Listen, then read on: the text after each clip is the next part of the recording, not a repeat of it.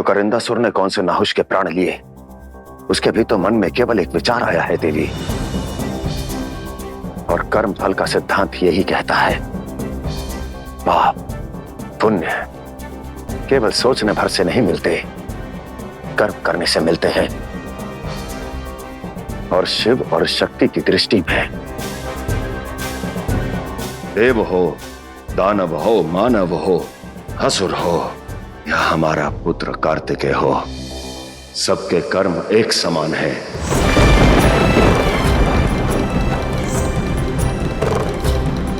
तो बताइए देवी, क्या आप अपने पुत्र को उसके कर्मों का दंड देंगी? कहिए, ऐसा कर पाएंगे आप?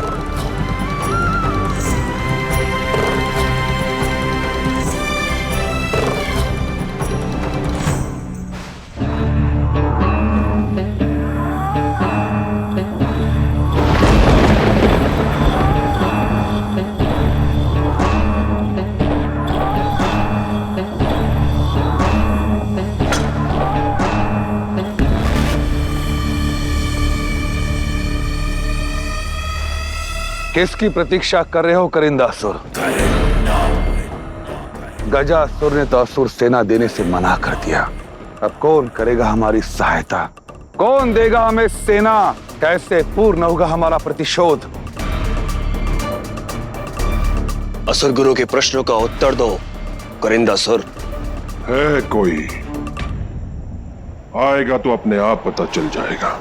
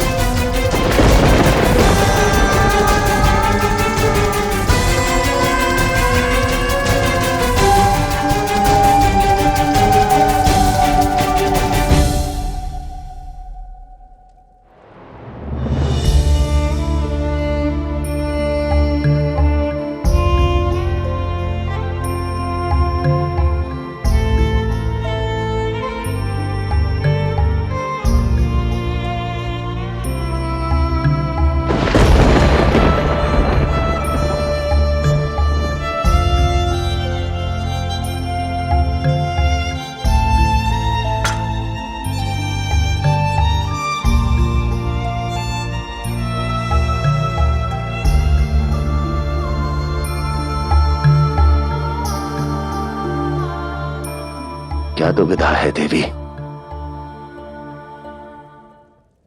आपने कार्तिकेय को इतना समझाया,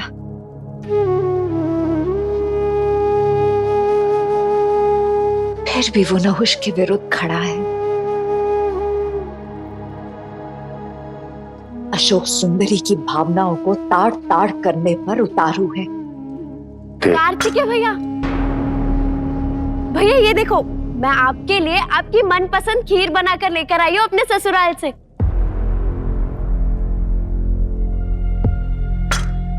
खाकर बताओ कैसी है?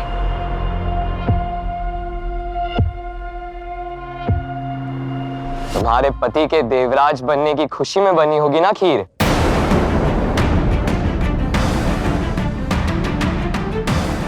मुझे क्यों बीच में घसीट रही हो? जाओ अपने पति देवराज नहुष को खिलाओ। ये कैसी बातें कर रहे हैं कार्तिकेय महादेव? अशोक सुंदरी को आहत कर रहा है, मुझे उसे समझाना होगा। नहीं देवी,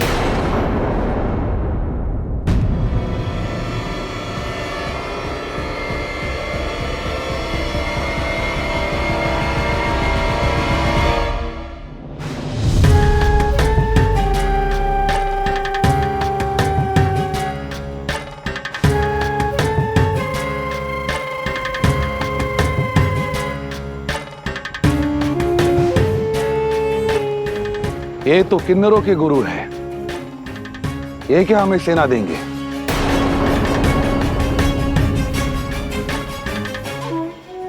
आसुर गुरु, अन्याय के बादलों ने घेरा हुआ है इनके अस्तित्व को। देवताओं की बनाई वस्तुओं पर या तो पुरुषों का अधिकार होता है या तो स्त्रियों का। इनके भाग्य कभी कुछ नहीं आया। मंदिरों में भी इनकी उपस्थिति वर्जित है। इसलिए हम आसुर इन्हें आसुर लोक में स्थान दिलवाएंगे।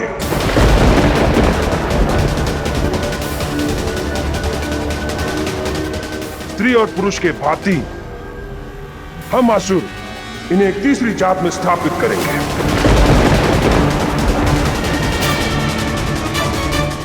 ये हमारी सहायता करेंगे और हम इनकी।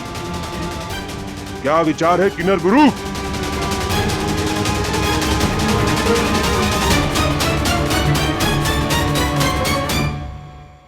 इस समय कार्तिकेय का मन क्रोध के विष से भरा है। कनिक समय दीजिए, उसके बाद बात कीजिएगा।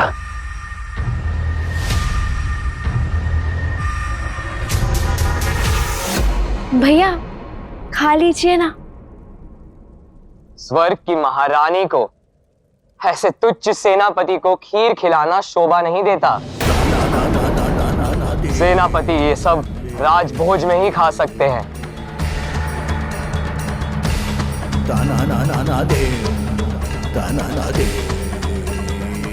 कार्तिकेय भैया रुकिए ना।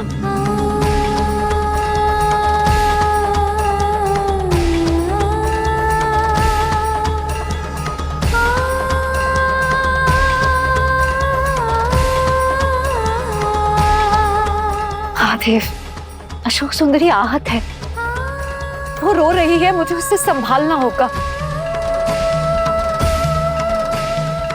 तेरा हाथ छोड़ दीजिए महादेव।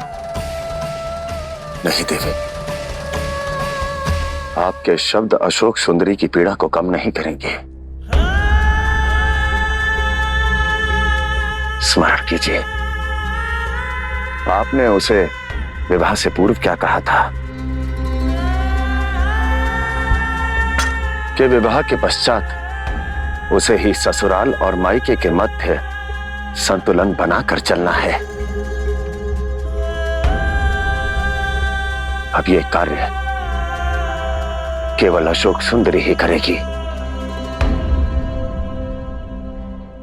संसार की हर स्त्री के भांति। और मेरा क्या? मैं माता होकर भी कुछ ना करूं? कीजिए, अवश्य कीजिए, परंतु केवल अशोक सुंदरी की माता होकर नहीं, जगत माता होकर।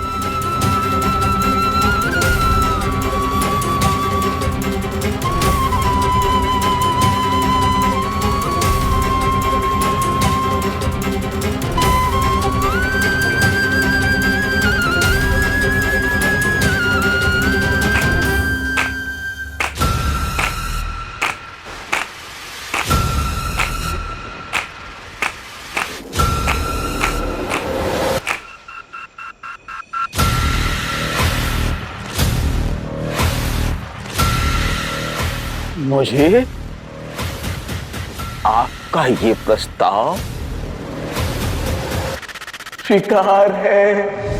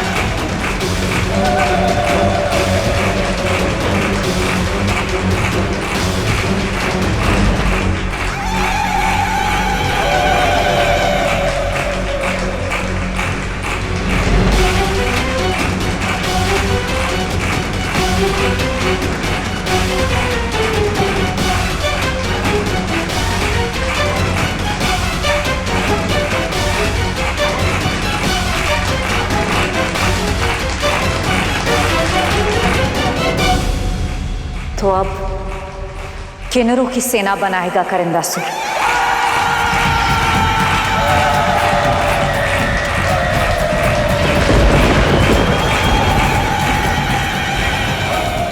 जी, ना तो कभी त्रिदेवों ने ना ही देवियों ने किन्नरों का कभी अपमान किया, ना ही उनके साथ कभी भेदभाव की भावना रखी, किंतु इंद्र ने रखा। और सत्ता जब भी भेदभाव करती है तब वो वंचित और शोषित सत्ता उसे भड़काने का कार्य विरोधी अवश्य करते हैं।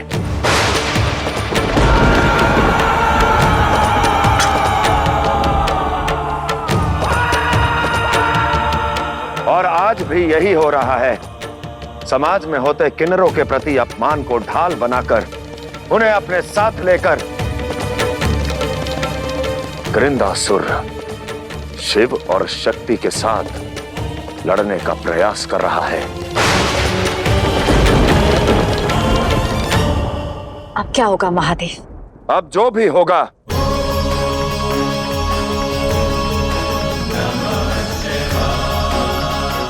किन्नरों के भविष्य के लिए अति उत्तम होगा।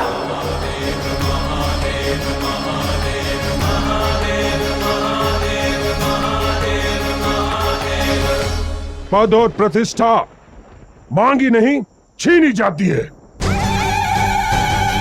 तुम सब किन्नर मिलकर मेरा साथ दोगे तो वचन देता हूं असुर राज में तुम सबको मान और सम्मान दिलाऊंगा। क्या तुम सब सच हो इस परीक्षा के लिए?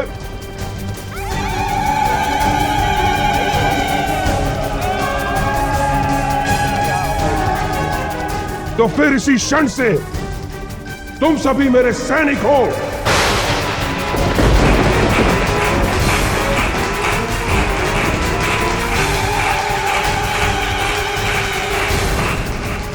सावधान नहुष, करिंदासुर की सेना आ रही है।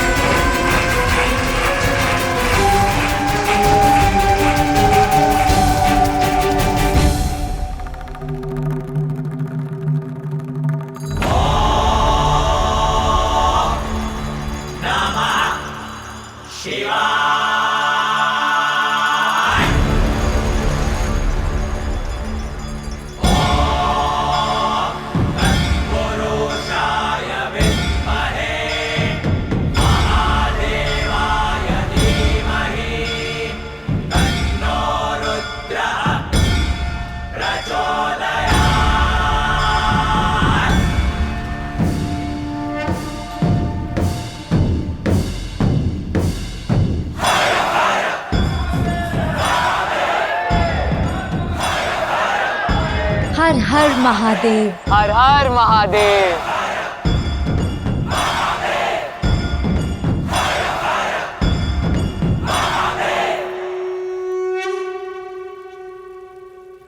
आज्ञा दीजिए माताश्री। देव सेनापति हूं, अपना दायित्व निभाने स्वर्ग लोक जाना होगा मुझे। रुक जाओ कार्तिकेय।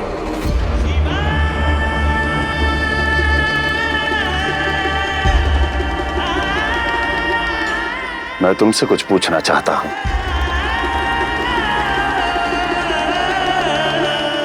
क्या तुम्हें ज्ञान शास्त्र में कुछ और सीखने की आवश्यकता है? नहीं महादेव, मैं शस्त्रों में दक्ष हूं। और माया में?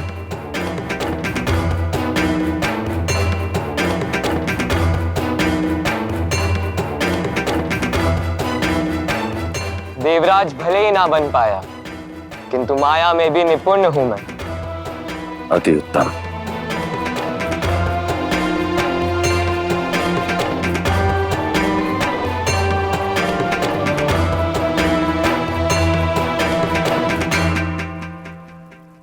अकस्मात महादेव ये सब प्रश्न क्यों पूछने लगे मुझे? सावधान नहुष, करिंदासुर की सेना आ रही है।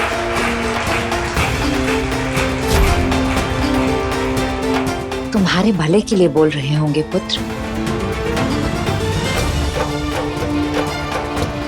तुम जाओ, अपना दायित्व निभाओ।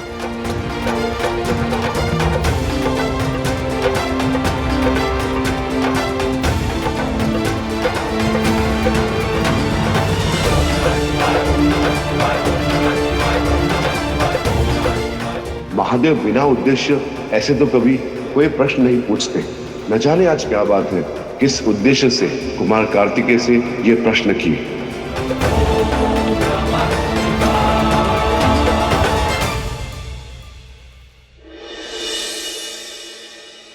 आज मैं भले ही स्वर्ग के सिंहासन पर बैठा हूं, किंतु हैं हम सब सामान्य। सबको अपना मत रखने का अधिकार है। जन कल्याण के लिए हम सब मिलकर कार्य करेंगे। यहां राजा और प्रजा में कोई अंतर नहीं है।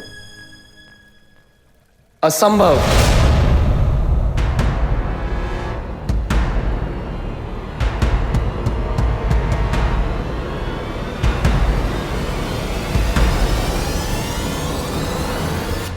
राजा और प्रजा कभी समान नहीं हो सकते, कभी एक नहीं हो सकते। यह अंतर सदैव था, है और रहेगा। तो देवराज नहुष, ये बताइए कि स्वर्ग की सत्ता जैसे पुराने देवराज चला रहे थे वैसे चलेगी या आपके कुछ नियम हैं? नए नियम और निष्कर्ष पर पहुंचने से पहले मैं स्वयं सब कुछ परखना चाहूंगा। उसके लिए समय नहीं है तुम्हारे पास नहुष।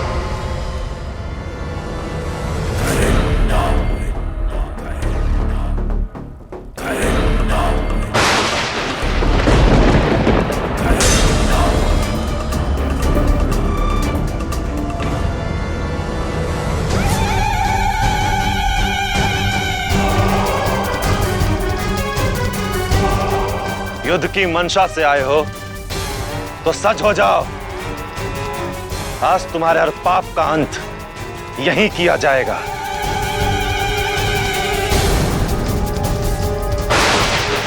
किन्नरों की सेना?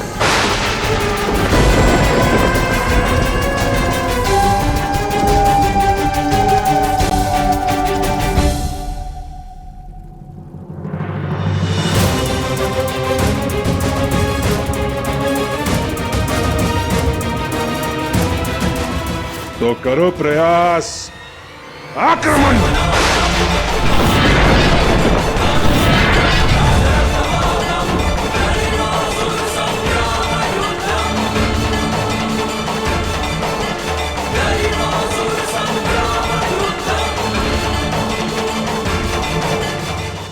रुक जाओ।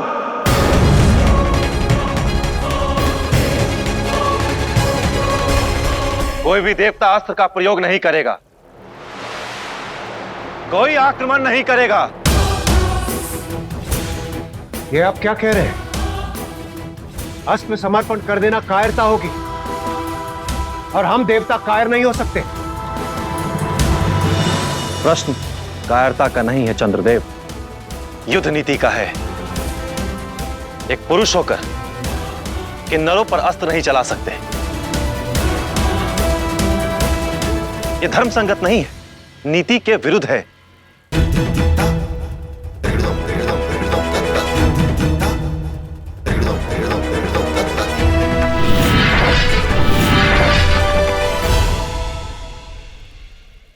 तुम भले ही अपनी कायरता को नीति का नाम दे दो नहुष, किंतु मेरे ये किन्नर सैनिक तुम पर अवश्य अस्त्र चलाएंगे। आक्रमण!